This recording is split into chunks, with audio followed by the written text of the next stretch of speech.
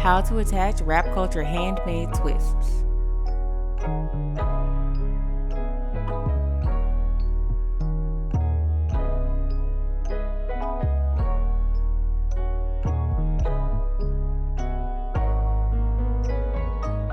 Step 1. Part your hair into sections according to the number of twists that you want to install.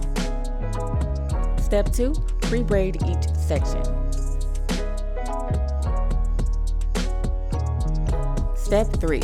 Use the latch hook tool to slide the kinky end of the twist underneath your braid.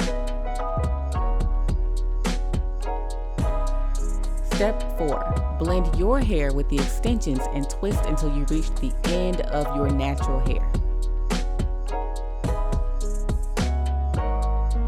Step 5. Use the latch hook to safely tuck the tips of your hair into the twist.